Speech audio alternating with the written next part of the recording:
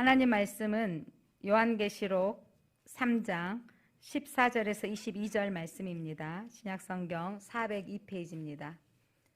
요한계시록 3장 14절. 라오디게아 교회의 사자에게 편지하라. 아멘이시요 충성되고 참된 증인이시요 하나님의 창조의 근본이시니가 이르시되 내가 내 행위를 아노니 내가 차지도 아니하고 뜨겁지도 아니하는도다. 내가 차든지 뜨겁든지 하기를 원하노라. 내가 이같이 미지근하여 뜨겁지도 아니하고 차지도 아니하니 내 입에서 너를 토하여 버리리라.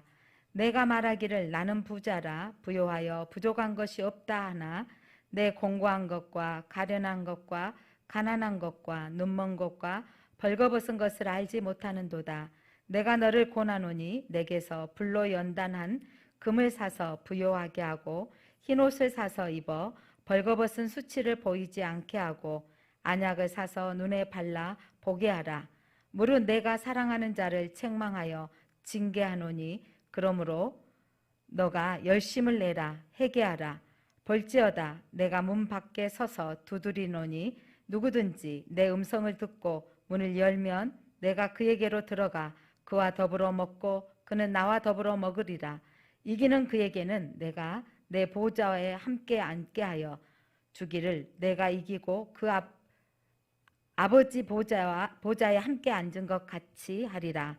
귀 있는 자는 성령이 교회들에게 하시는 말씀을 들을지어다. 아멘. 빛이 있으라.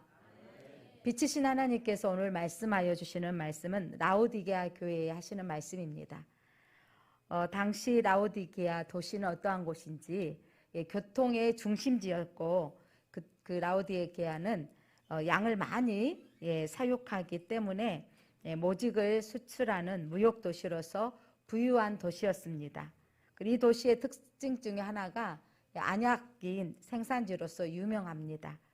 그래서 또한 이곳에 그 아래쪽에 그 골로새 지역에서는 찬물을 수로로 받아 마셨고 또 10km 떨어진 히에라폴리에서는 온천수를 수로로 끌어다가 사용했는데 그 히에라폴리의 온천수는 그 물에 치스면 그 치료하는 효과가 있어서 그들이 워낙 부유한 도시였기 때문에 수로를 만들어서 10km가량을 물을 끌어당길 정도까지 했는데 어느 동안에 물이 식어가지고 미지근한 물이 그래서 또 이곳에 석회질이 많기 때문에 먹을 수도 없고 또 모여갈 수도 없는 미지근한 물. 터키에 성지순례를 하게 되어지면 이곳을 가게 되어지는데 온 지역이 하얗게 석회질로 되어 있는데 히에라폴리에서부터 흘러오는 이 물이 미지근한 곳에 발을 담궈본 기억이 있습니다. 오늘 이 도시의 특성을 가지고 예수님께서는 항상 실제 그 지역에서 있는 모습들을 가지고 이해를 돕기 위해서 그래서 오늘 이곳에 안약은 있기 때문에 유명했기 때문에 안약을 발라 사서 봐라. 오늘 부요함을 가지고 또 책망하시고 너희가 차든지 뜨겁든지 하라. 이 메시지는 그 지역에 사는 사람들은 너무 이해가 잘 되는 거죠. 그 지역이 온천수가 미지근해서 사용되지 못하는 물로 전락해버리는 모습들을 그 지역의 특성을 가지고 예수님께서 하시는 말씀, 문학적인 표현으로 하시는 말씀을 오늘 볼 수 있는데 오늘 예수님의 모습은 또한 그 라오디게아 교회에 하시는 예수님의 모습은 어떠했는지 함께 보겠습니다. 14절 예수님의 모습 함께 읽어봅니다. 라오디게아 교회의 사자에게 편지하라. 아멘이시여 충성되고 참된 증인이시여 하나님의 창조의 근본이시니가 이르시되 라오디게아 교회에게 말씀하신 예수님은 아멘이십니다. 아멘이신 예수님은 언약하시고 반드시 이루시는 예수님이십니다. 그 예수님은 충성된 증인이십니다. 하나님의 뜻을 이루시는 충성된 증인이신 예수님은 이 시대에 우리 교회가 충성된 증인 되기를 원하십니다. 하나님의 창조의 근본이신 예수 그리스도는 창조 사역을 하나님과 함께 하셨고 그래서 함께 근본이신 예수님이십니다. 역사를 주관하신 예수님이십니다. 그 예수님이 언약하신 것은 성취하시고 충성되 일하시는 그리고 창조 사역에 함께 근본이신 예수님이 이 라오디게아 교회에게 말씀하신 예수님은 오늘 이 시간 우리 성도들에게 하시는 말씀을 들으시기를 바랍니다. 라오디게아 교회의 신앙의 문제는 오늘 예수님께서 17개의 교회 가운데 다른 교회들은 칭찬만 하는 교회도 있었고 또 칭찬하시고 책망하는 교회가 있었는데 이 7번째 교회인 라오디게아 교회는 책망만 하시는 교회입니다. 근데 오늘 그 신앙을 어떤 신앙을 책망하셨냐면 그 특징, 이 지역에 미지근한 물이 나오지 않느냐, 너희들이 바로 그런 미지근한 신앙을 가지고 있다라고 책망하십니다. 15절 16절 함께 여러분 성경을 보시고 읽어보시기 바랍니다. 내가 내 행위를 아노니 너가 차지도 아니하고 뜨겁지도 아니하도다. 내가 차든지 뜨겁든지 하기를 원하노라. 내가 이같이 미지근하여 뜨겁지도 아니하고 차갑지도 아니하니 내 입에서 너를 토하여 버리리라. 라오디게아의 특징은 그 지역이 아주 부유한 도시였습니다. 전체적으로 부유한 도시였기 때문에 성도들 또한 부유한 사람들이 많은 것 같습니다. 그런데 그들이 그 부유함과 넉넉함이 부족함이 없는 그것이 문제가 된 것입니다. 한국교회 이 일제시대와 6.25 전쟁 이후에 그 가난하고 또 어려웠던 상황 속에서는 한국교회 열정과 열심이 또한 뜨거운 교회였습니다.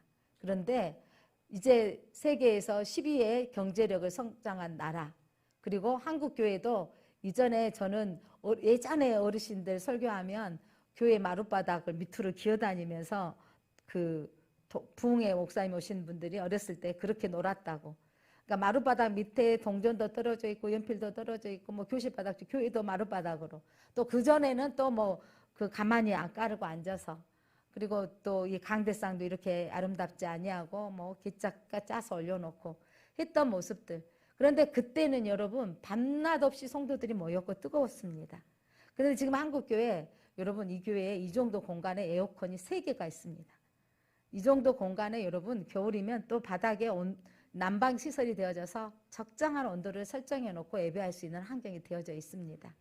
이렇게 좋은 환경에 예전에 뭐 난로도 없이 뭐 불을 떼서 했던 그렇게 어려웠던 시절의 성도들은 더 모였고, 이전에 우리 교회도 이렇게 건축하기 전에 또 그 난로, 석유 난로를 떼면 매워서 어떤 분은 또 민감하신 분은 기침도 하고 매워졌던 환경들도 있었는데, 그렇게 힘들었을 때는 더 사람들이 모였는데 이렇게 뭐 어느 장소든지 에어컨이 틀어지고 어느 장소든지 깨끗한 장소에서 예배할 수 있는 이 시대가 왔지만 이제 성도들은 영적 미지근한 시대다.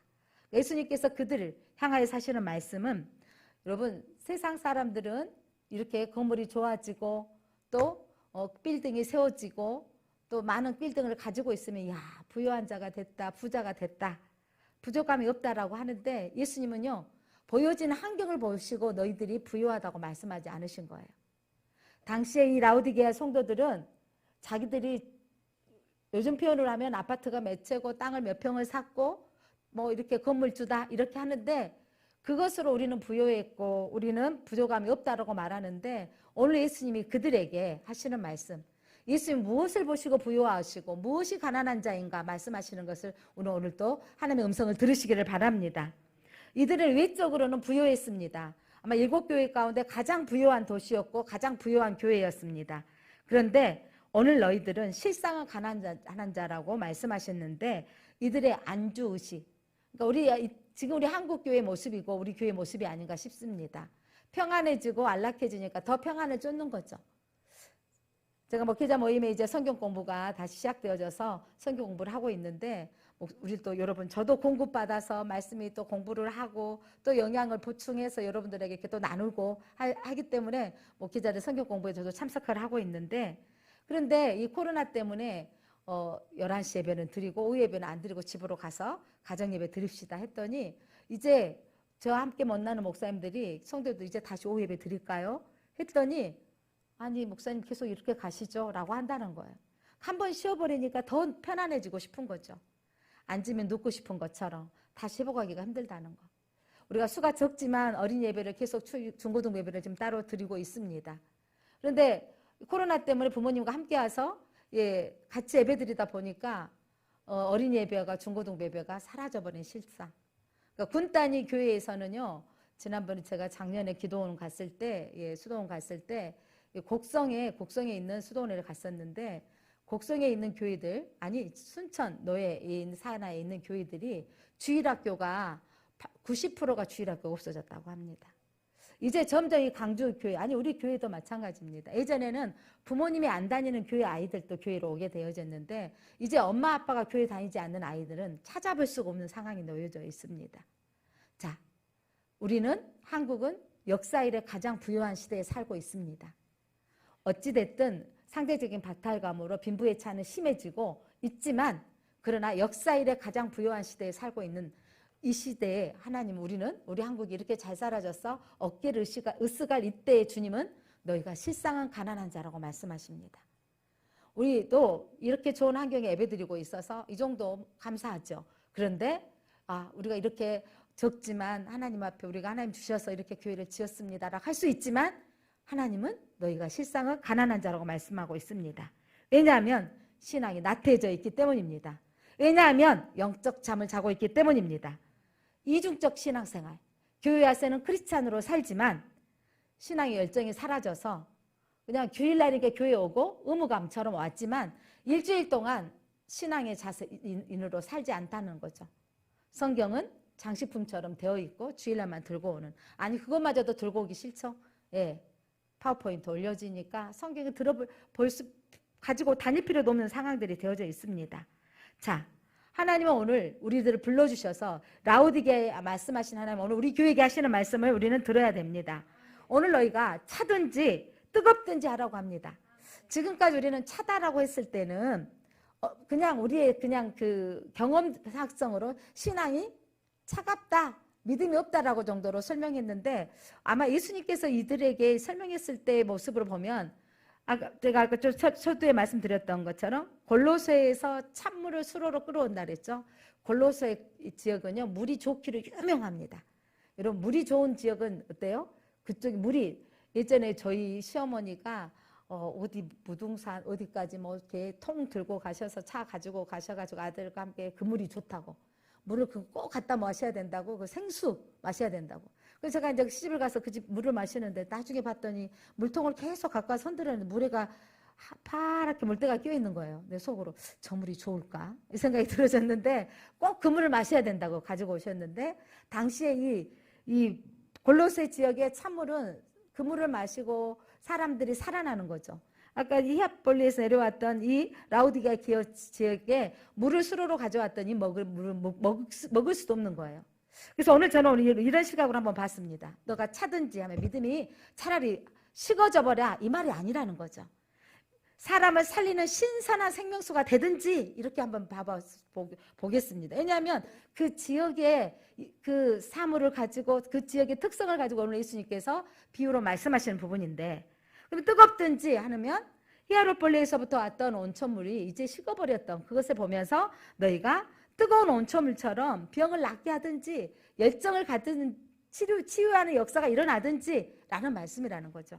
사랑하는 성도 여러분, 이 부요한 교회 라오디게아 교회에게 너희가 실상은 가난한 자다, 외적으로는 부요하지만 실상은 가난한 자다.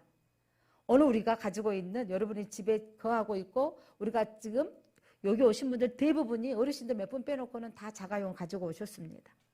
그렇게 여러분들이 이 시대 대한민국은요 집안에 이제 한두 대 차가 있는 것이 기본인데 이제 차로 이제는 부자다 가난하다고 체크할 수 없는 시대, 차가 뭐 부요를 상징할 수 없는, 물론 뭐 외제차를 타고 부요를 상징하는 분들도 있지만 필수품이 되어버린 이런 상황들이 살고 있지 않습니까?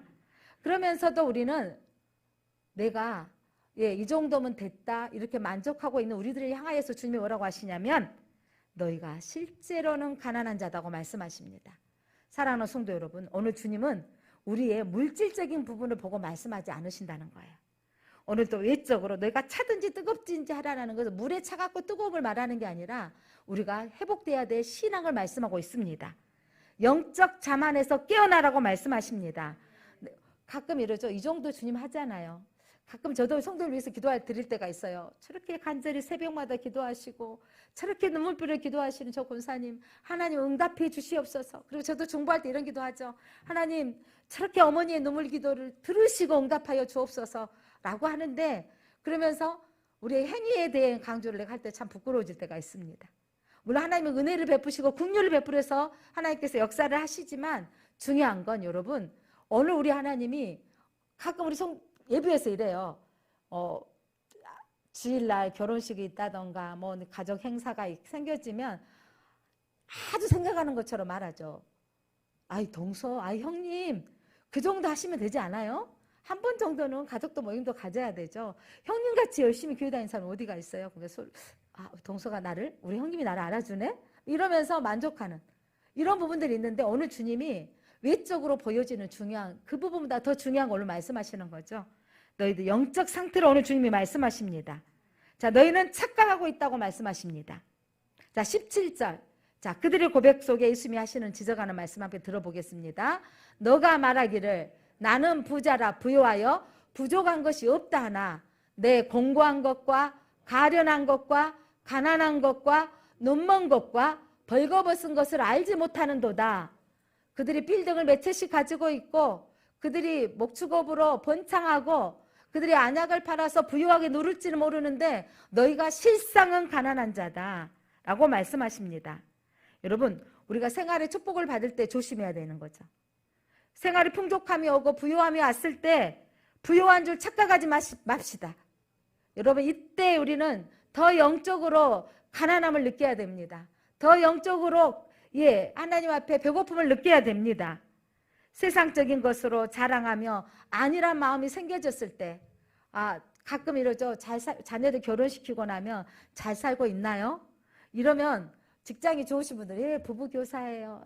뭐 대기업에 다니고 있고, 또 뭐 좋은 직장 다니고 있어서 살만해요. 그런데 또 직장이 좀 안 좋으면 좀 걱정이네요. 이렇게 우리는 보여지는 것, 나타낸 것들로 잘 살고 못 살고를 말하는데, 오늘 우리 주님은 외적인 게 중요한 것이 아니라 중요한 건 너희 영적 상태가 부유하기를 원하시는 것입니다. 너희는 공고하고 가련하며 가난함과 눈먼 것과 벌거벗은 상태라는 거죠. 명품을 걸치고 밖으로 취장을 하고 멋지게 입었을지 모르겠지만 실상을 벌거벗은 상태라고 말씀하신 주의 음성을 들어야 됩니다. 하나님이 주신 부유함의 복을 누리려면 영적으로는 더 가난해져야 됩니다. 영적으로는 더 갈급함을 느껴져야 됩니다. 참 신앙인은 풍부함이나 궁핍함이나 환경에 상관없이 신앙을 지켜야 되는 겁니다. 여기까지 됐으니까 이제 나는 그 정도 했으면 됐어, 이게 아니라는 거죠. 마태복음 5장 3절 말씀에 주님은 심령이 가난한 자는 복이 있나니 천국이 그들의 것이며 라고 말씀하십니다. 심령이 가난한 자는, 마음이 가난한 자는 늘 천국을 바라보고 주님을 바라보게 되는 것입니다. 제가 배가 고파서 저녁을 안 먹고 수요 예배를 인도하고 그 엘리베이터로 올라가게 될 때 아무도 안 타고 나만 탔는데 향기가 느껴져요. 누군가가 통닭을 시켜 먹었구나. 누군가가 피자를 시켜 먹었구나. 그 냄새가 얼마나 나의 배고픔을 자극하는지. 그 냄새만으로도 내가 저 집이 어떤지 모르겠지만 누군가가 시켜 먹었구나 하고 아는 거예요. 그런데 어느 날은 또 제가 회식을 하고 배가 불러 있어요. 배가 불러서 너무 많이 먹었어. 또 배가 더 나오겠네. 이러고 엘리베이터를 탔는데 내 옆에 피자 아저씨가 서 있고 때로는 내 옆에 통닭 배달 아저씨가 서 있는데 그때 이런 마음이 들어져요. 느끼해. 이 시간에 먹으면 어떡하려고? 이런 생각까지, 염려까지 해주는 거예요. 자, 내가 배고프면 여러분 성전 안에 들어와서 찬양하는데 그때 감동을 받기 시작하는 거예요. 내가 영적으로 배고픈 상태가 되어지면 오늘 목사님 무슨 말씀하실 것인가 기대하는 마음으로 오게 되는 거예요. 그런데 내 안에 갈급함이 없으면 잠이 오기 시작하는 거예요. 내가 갈급함이 없으면 피곤해서 한두 번 졸 수 있습니다. 그럼 매번 잔다는 것을 한번 점검해 볼 필요가 있습니다.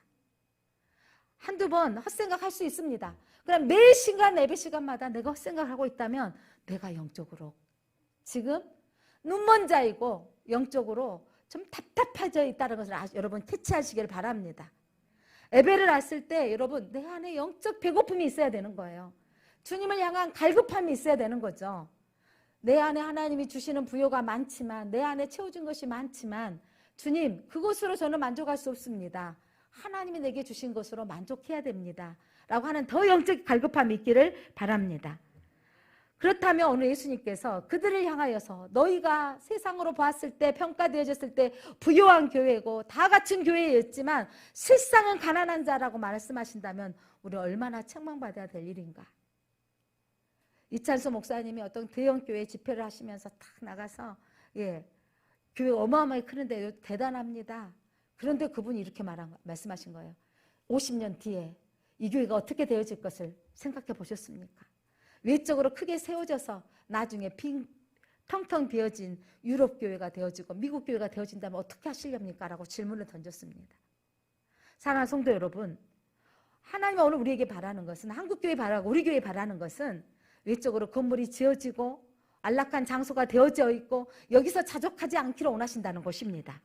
너희가 차든지 뜨겁든지 하라고 하신 말씀으로 예수님께서 대안을 주셨는데, 방안을 주셨는데, 그것은 첫째로 내게서 불로 연단한 금을 사라고 말씀하십니다.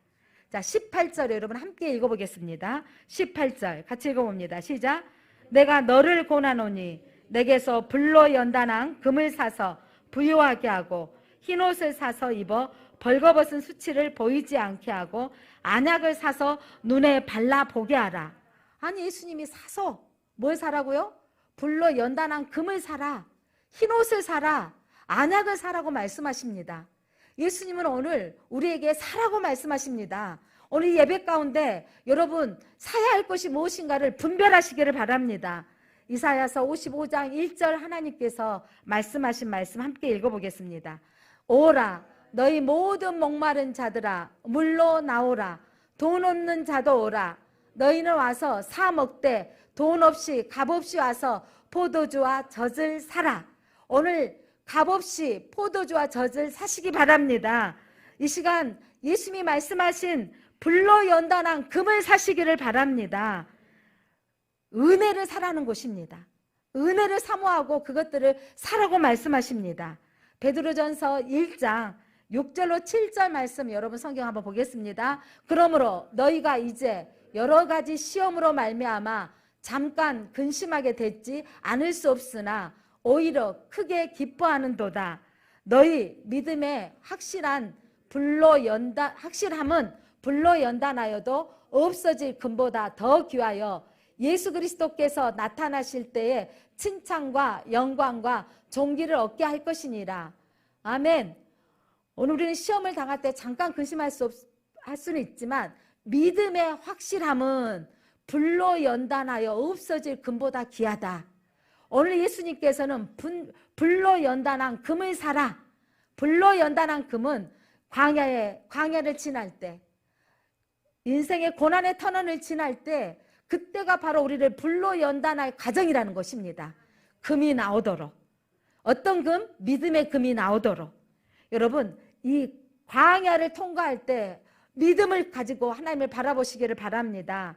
고난의 터널을 나아갈 때 여러분 하나님이 나를 연단하시는 과정이라고 믿으시기를 바랍니다.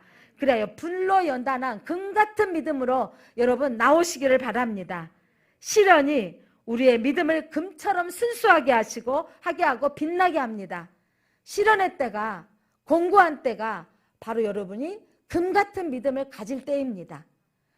여러분의 문제가 있을 때, 저희 새벽 기도만 기도 인도를 할 때마다 가끔은 안 보이시던 분이 한 분씩 오실 때가 있어요. 그때 얼마나 귀한지. 매번 날마다 나오시는 분들은 당연히 귀하고요. 그들은 날마다 저한테 물어보신 분들이 있어요. 무슨 기도 제목이 많아서 그렇게 기도하냐고. 또 산기도 간다고 그랬더니 아니 주일날 그렇게 기도하고 수요일날하고 금요일날 무슨 기도가 또 있어서 월요일날 산기도 또 가느냐고. 근데 여러분 기도는 하는 사람이 더 기도하게 되어지더라고요. 여러분 근데 어제 아침에 새벽에 기도하러 오신 분이 있었어요. 뭐냐면 어제가 공무원 시험 보는 날이었더라고요. 근데 그때 아빠가 나와서 기도하시는 거예요. 문제가 어머니가 수술하시는 날 나와서 기도하는 거예요.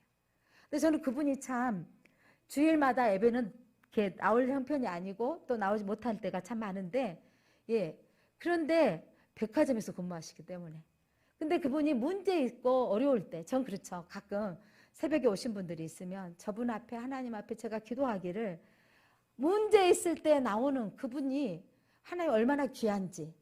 사랑하는 성도 여러분, 오늘 주님이 말씀하십니다. 너희들 불로 연단할 금을 사라고. 광야를 지날 때, 여러분 고난의 터널을 지날 때, 여러분 그때가 바로 기도할 때입니다. 그때 금 같은 믿음으로 나올 수 있는 기회입니다. 오늘 주님이 사라고 말하는 거예요. 뭘 사라? 여러분 그 광야는 살만한 가치가 있는 거예요. 그 시련은 돈을 주고도 살만한 가치가 있습니다. 왜냐하면 바로 그때가 주님을 만날 때이기 때문입니다. 여러분 그 시련을 통해서 금 같은 믿음이 되시기 바랍니다. 광야를 통해서 금 같은 믿음이 되어지기를 바랍니다. 오늘 욥기서 23장 10절 말씀 함께 보겠습니다.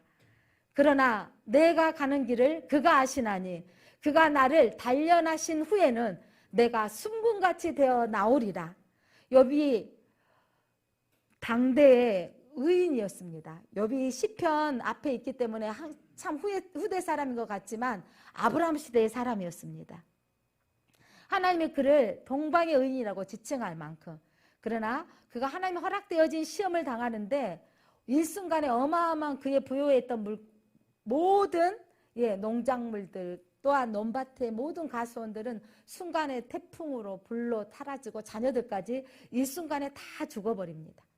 그 어마어마한 시련을 당했을 때 그가 입술로 주신 자가 하나님이십니다. 나는 엄마 뱃속에서 알몸으로 나왔으니 다 주님의 것입니다 라고 고백했지만, 그가 이 40장을 지나가면서 38장까지 지나오면서 친구들의 여러 가지 비아냥거리는, 너무도 타당한 말로 합니다. 너가 이런 고난을 당하는 건 너의 죄 문제일 거야. 너 회개해야 돼.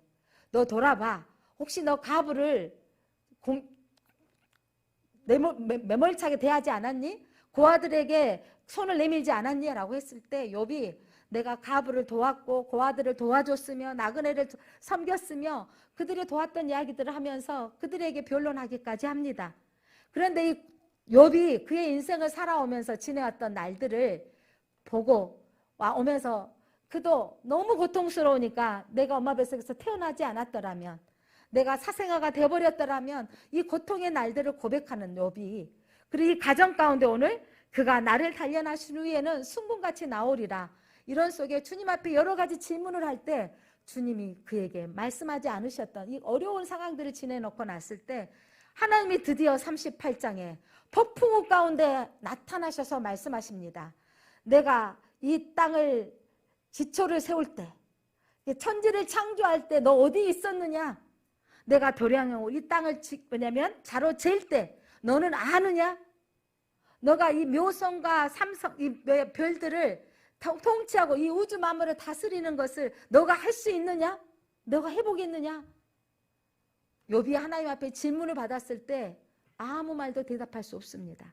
사랑하는 성도 여러분, 가끔 내 인생 가운데 답답한 문제가 왔을 때, 왜 내가 경험하는 고난이 너무도 컸을 때 하나님의 뜻을 다 이해할 수 없을 때가 너무도 많습니다.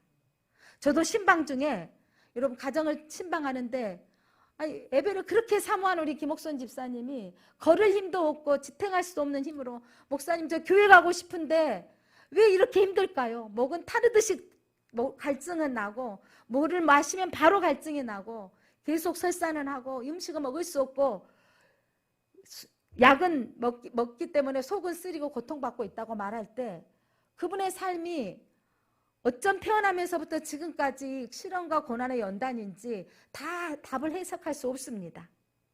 우리 교인 가운데 이 60대 초반에 파킨슨 병이 와가지고 팔은 떨리기 시작하고 어지럼증이 겸해져서 어지러워서 견딜 수 없는 상황 가운데 응급실에 가고 병원에 입원했지만 링거를 맞고 투약을 하면 그것이 더 힘들어진다고, 맞을 수 없는 상황이 되어져서 의사쌤이 그것들을 다 빼고 집으로 돌아가라는 상황들. 목사님 나와서 기도해 주라고 했을 때 제가 가서 기도하는데 어떻게 제가 기도해야 될지 저는 그분의 손을 잡고 기도했습니다. 하나님, 이 권사님의 상황을 제가 이해할 수 없습니다. 왜 내가 파킨슨에 걸렸는지, 이 어지럼증에 견딜 수 없어서 토하고만 있는지 우리는 다 해석할 수 없습니다. 그러나 주님 긍휼을 베풀어 주옵소서, 은혜를 베풀어 주옵소서, 하나님 치유하여 주옵소서. 우리의 인생의 답을 다 찾을 수 없다라는 것을 이번에 욥기서를 읽으면서 다시 한번 깨닫게 되어졌습니다. 내가 땅에 기초를 넣을 때, 천지를 창조하고 있을 때 너가 있었느냐? 너가 아느냐? 너 저 노루에 암사슴들이 새끼를 낳는 것을 네가 몇 달 만에 낳고 어떻게 태어나는지 너가 아느냐? 너가 저 뿔소, 암소들을 네가 다스릴 수 있고 조종할 수 있느냐? 하나님 앞에 하나님께서 욥에게 물어봤을 때 그는 납작 엎드려 아무것도 대답할 수 없습니다. 주님 앞에 우리는 아무것도 할 수 없습니다. 나는 무지합니다. 나는 능력이 없습니다. 이때가 바로 은혜 받을 때입니다. 우리는 하나님의 전적 무능력, 나는 하나님 앞에 아무것도 할 수 없음을 고백할 때 이제 영적인 눈이 떠지는 때입니다. 내가 하나님 앞에 했던 것을 감히 부끄러워서 말할 수 없을 때, 누구가 인정해 주지 않는다 할지라도 나는 주님 앞에 내가 고난의 터널을 간다 할지라도 동일하게 그분들은 그 고통 가운데도 하나님은 포기할 수 없다고 말하고 있습니다. 그 고통 가운데도 천국은 포기할 수 없다고 합니다. 여러분, 그런 믿음을 가지고 계십니까? 사랑하는 성도 여러분, 내가 남보다 더 좋은 차를 갖지 못한 것 때문에 좌절감에 빠지는 않습니까? 내가 남보다 좋은 직장에 들어가지 못해서 연봉이 작은 때문에 왜 나는 복을 주지 않으신 건가? 이렇게 하나님 앞에 호소하지는 않으셨습니까? 하나님의 섭리하신 것 우리는 다 할 수 없습니다. 그래서 그분이 우리 하나님이십니다. 그래서 나는 무능력하는데 그분만이 나의 도움이십니다. 그분만이 나의 힘이 되십니다. 그분만이 나의 소망이십니다. 그분 앞에 붙들고 기도할 때 인생의 답을 다 찾지는 못하지만 그래서 답이 예수님입니다라고 고백할 수 있을 때, 그때서야 비로소 여러분의 인생이 풀려가는 것인 걸 믿으시기 바랍니다. 욥이 그 고난의 터널을 지나고 나서야 내가 순금같이 나오리라.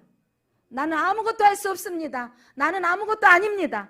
내가 했던 것은 아무것도 주님 앞에 자랑할 것이 없습니다 하고 했을 때, 그가 주님을 두 번째로 배웠고 날 때, 내가 전에는 귀로 주님을 들었었는데 이제 눈으로 봅니다. 오늘 예수님께서 하시는 말씀이 너희가 눈을 안약을 사서 바르라고 합니다. 먼저 두 번째로 흰옷을 사서 입으라고 하셨습니다. 18절, 흰옷을 사서 입어 벌거벗은 수치를 보이지 않게 하라라.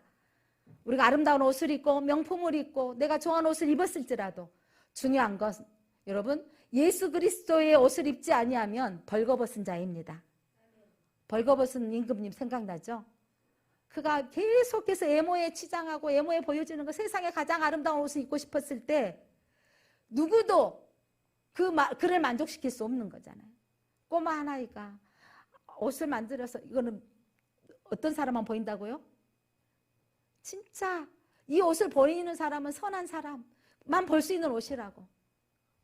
옷을 거치지 않고 나갔을 때 사람들이 나가서 막 박수칩니다. 자기는 선한 사람이 되고 싶어서 옷이 아름답다고. 근데 꼬마 한 사람이 소리치죠. 임금님은 벌거벗었습니다 라고 하잖아요. 여러분, 세상의 것으로 계속 추구하면 그렇게 이상한 소리를 듣고 이상하게 가버리는 거예요. 하나님의 소리를 들으시길 바랍니다. 예수 그리스도의 옷 입는다는 것은 예수 그리스도로 우리의 수치를 가리운다는 것입니다. 보혈로 우리의 죄를 가리운다는 것입니다. 예수 그리스도의 보혈의 옷을 입으시기를 바랍니다.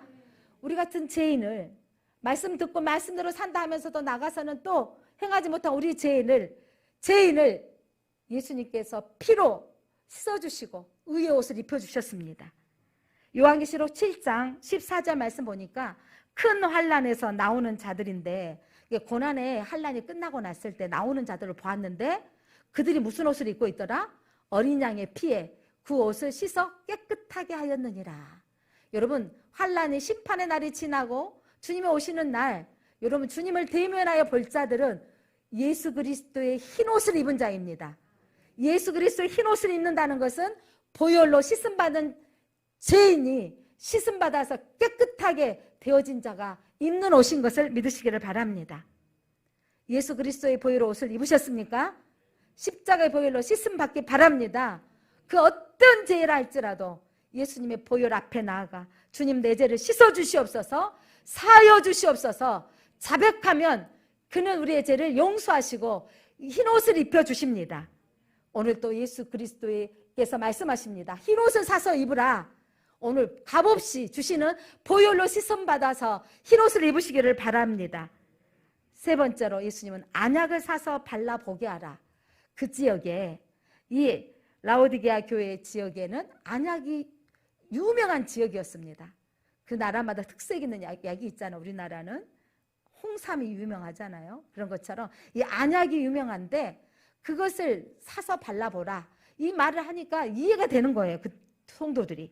자, 라오디게아 교회는요, 자기들이 보여지는 아름다운 교회, 건축물들, 그리고 그들의 성도들의 부요함.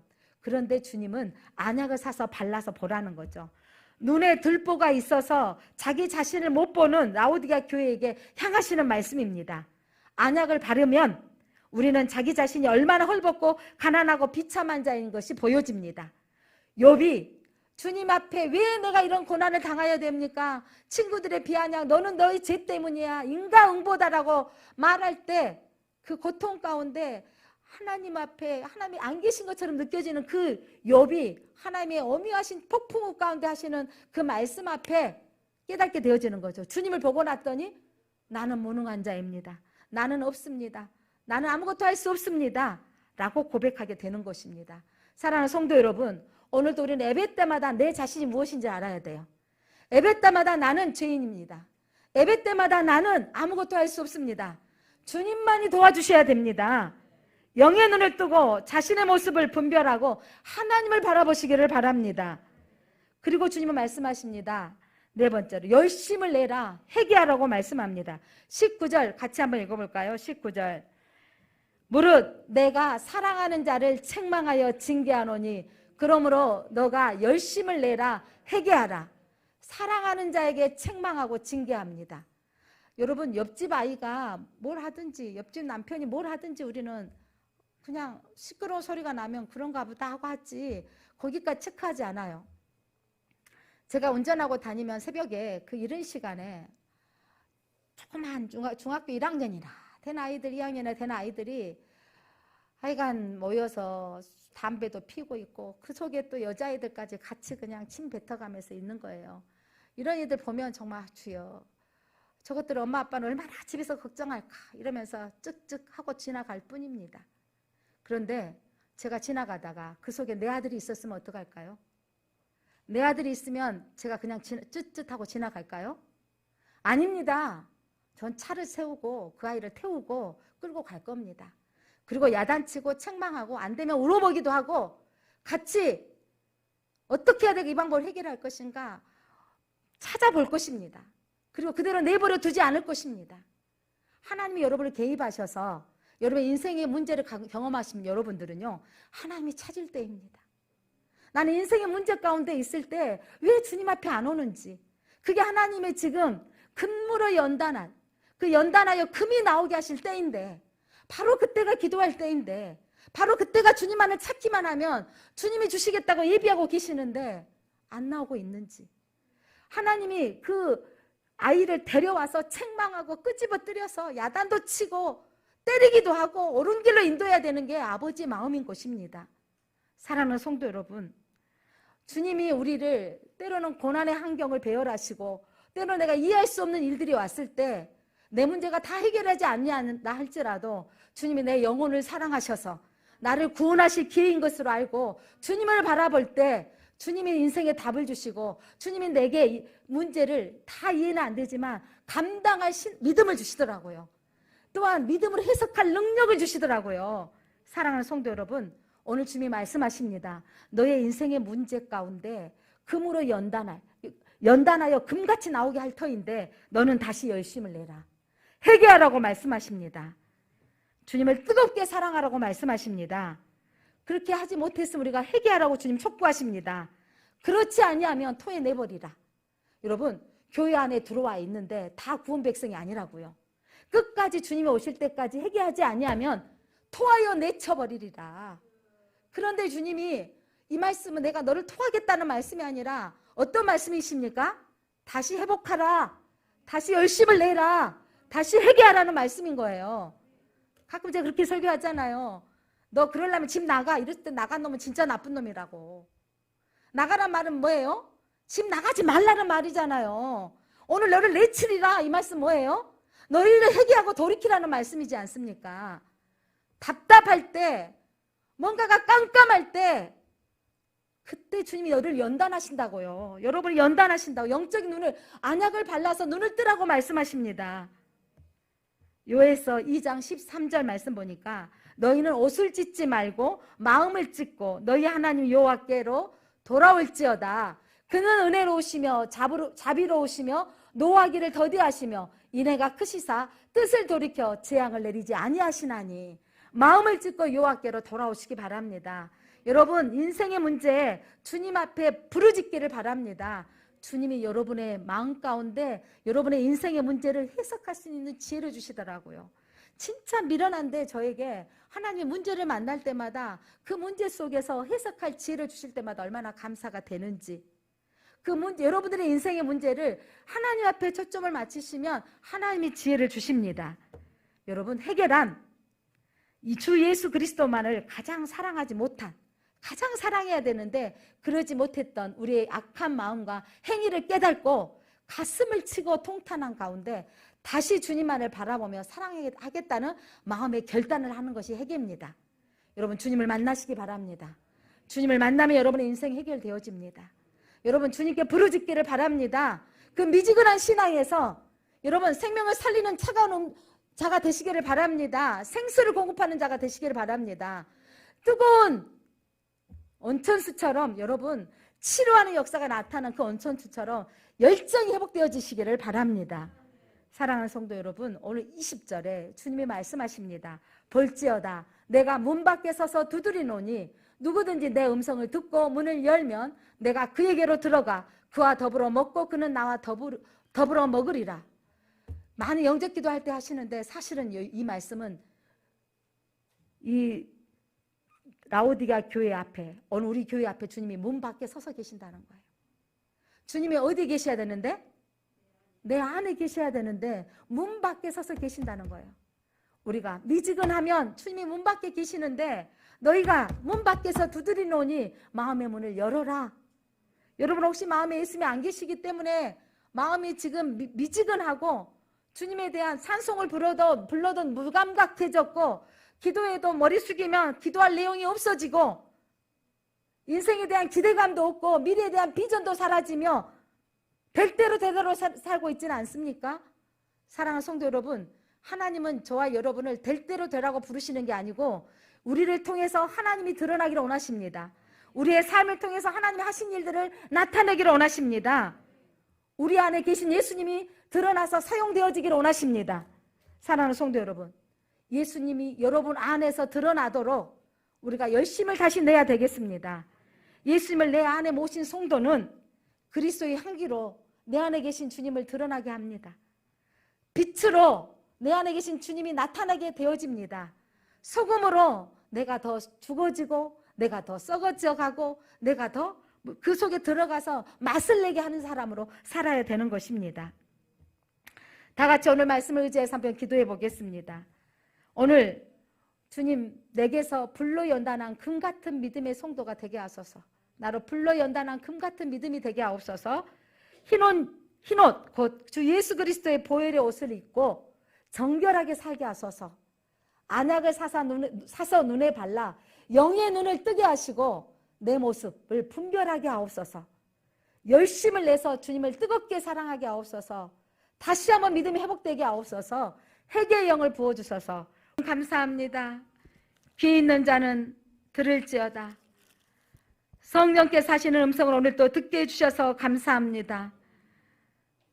인생의 광야를 지날 때 물질의 고통이 따르고 질병이 따르고 인간관계 문제가 생기고 가정의 불화가 생길 때, 자녀들의 문제가 생길 때 우리는 하나님이 내 편이 아니신 것만 같고 대답하지 아니하신 하나님 앞에 불평하고 원망했던 우리의 모습 가운데 오늘 주의 음성은 너를 불로 연단하여 금 같은 믿음으로 나오게 하신다고 말씀하여 주셔서 감사합니다. 이 기간에 주님만을 집중하게 하옵소서. 환경 바라보지 아니하고 망하지 않겠습니다. 주님 바라보며 주의 능력을 바라보며 이길 힘을 가지고 나아가게 하여 주옵소서. 흰옷을 입혀주셔서 감사합니다. 보혈로 죄를 씻어주셔서 감사합니다. 우리의 허물을 가리워 주셔서 감사합니다. 거룩한 성도 되게 해주셔서 감사합니다. 세상에 나가 정결하게 살게 하옵소서. 거룩하게 살게 하여 주옵소서. 구별되어 살게 하옵소서. 우리가 그리스도인입니다. 그리스도인답게 살게 하여 주옵소서. 안약을 사서 눈에 발라 영의 눈을 뜨게 하여 주셔서 감사합니다. 나는 아무것도 할 수 없고 나는 무능력합니다. 하나님은 강하십니다. 하나님의 능력이 주님이십니다. 하나님을 바라보며 하나님 주의 능력을 바라보며 주님의 소망을 두며 이기는 믿음으로 나아가게 하여 주옵소서. 미지근한 신앙이었음을 자백합니다. 무감각했던 우리의 모습을 자백합니다. 의무감으로 나왔던 우리의 모습들을 자백합니다. 영적 배고픔이 있어서 찬송만 들려도 감동이 오게 하옵소서. 하나님 말씀을 통해서 하나님의 말씀을 듣게 하시고 영의 말씀을 깨닫게 하여 주시옵소서. 회개의 영을 부어주시고 돌이키게 하여 주옵소서. 주님을 더 사랑하게 하여 주옵소서. 예수 그리스도 이름으로 기도드립니다. 아멘.